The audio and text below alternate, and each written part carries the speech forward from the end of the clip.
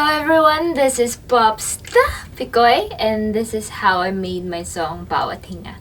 Maikli lang tong video na to kasi simple lang naman yung layers ng song na to. Drums, guitars, at vocals lang. Una-una, paparinig ko muna sa inyo yung demo ko. Kung napakinggan nyo na yung final output, maririnig nyo agad yung difference.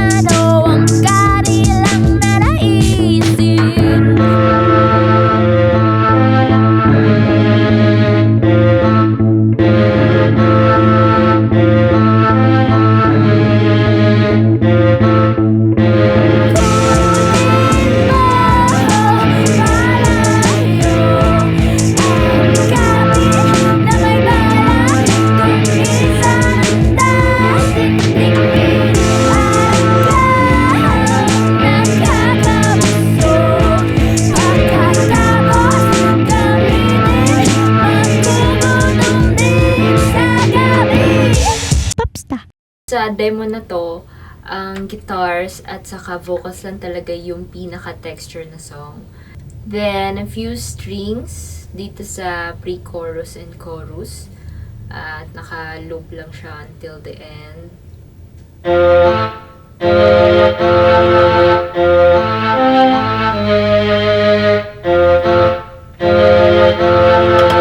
So, ang pinaka-pinagkaiba niya talaga ay yung drums. So, paano ba napunta from this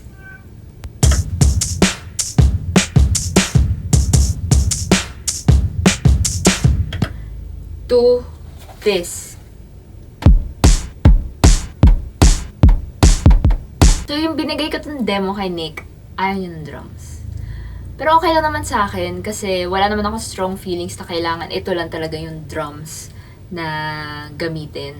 Kasi first, AI lang naman siya. At second, ang process talaga namin is palitan yung mga drums ko ng real drums as much as possible. Pero pag yung mga ibang songs na hindi naman bagay or hindi naman kailangan, stay nila as is. It was during the recording ng live drums with Charles nung nilagay ni Nick yung current beat as a guide.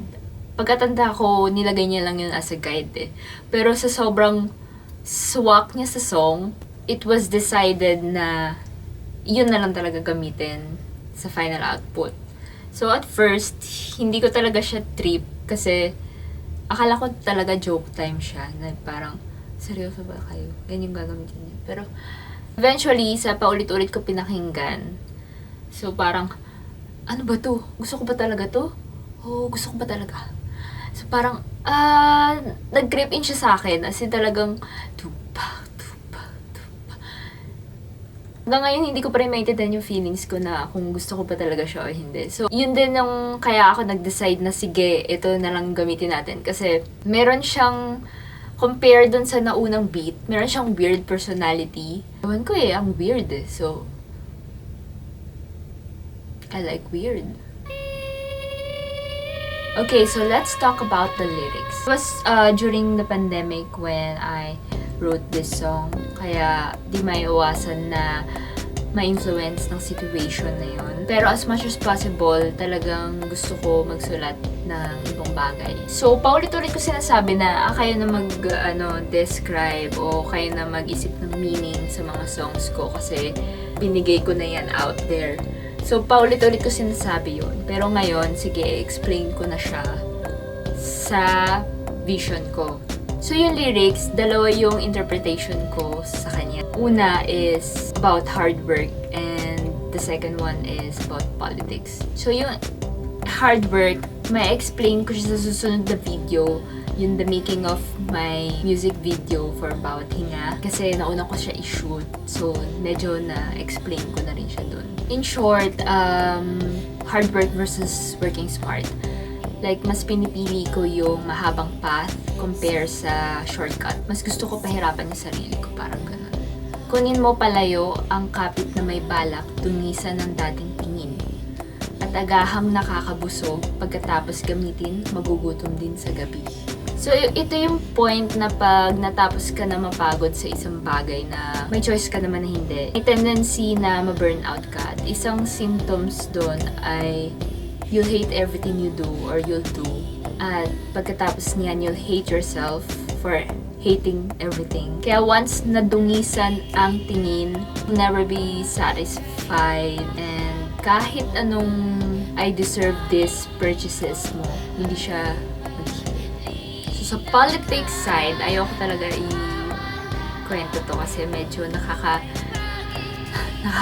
Sa politics side naman niya, you know when politicians promise you everything during the election, then after they get elected, poof! Wala kang maririnig sa kanila. Like, you'll get bare minimum lang or minsan wala pa nga. And we are used to be resilient about our situation. Pansin ko din na ginagamit nila yung pagkapagod mo para hindi ka na makapagreklamo. So, mas masipag pa nila tayo tanggalan ng hope para lang sa sarili nilang gusto.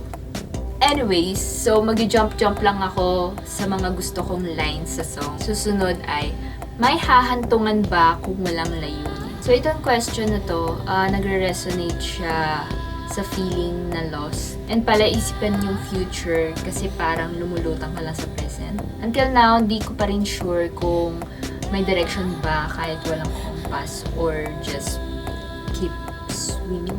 So, in politics, literal ulit yung explanation ko dyan.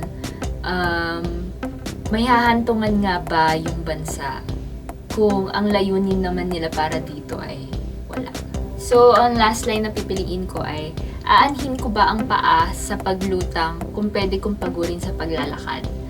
At kung mapagod man, ang isip ko ay pilay sa bawat hinga. Kapag meron kasi akong napiling goal tapos hindi ako sure dun sa napili kong yun, papatagalin ko talaga yung process para mapag-isip-isip ko, mapagnilay-nilay ko kung gusto ko ba talaga to. Kahit pahirapan ko yung sarili ko, basta makapag-isip lang ako ng mas matagal. Meron akong nagagawang feeling na in control ako. Pero in return nga lang, pagod naman ako. Yun, na-explain ko din kanina about resiliency. Mas normalized na siya ngayon. Maraming salamat po sa mga unang nakinig ng Bawat Hinga. At kung hindi nyo pa po napapakinggan, meron po sa Spotify, dito din po sa YouTube at sa other platforms. So, follow nyo rin po ako sa aking social media kasi may mga pakulo ako doon like sa Instagram Reels at Facebook Reels. So, abangan niyo po yung music video ko on August 18, Sunday, 8 p.m. sa aking official music channel na Popsta Picoy. So, see you sa next video!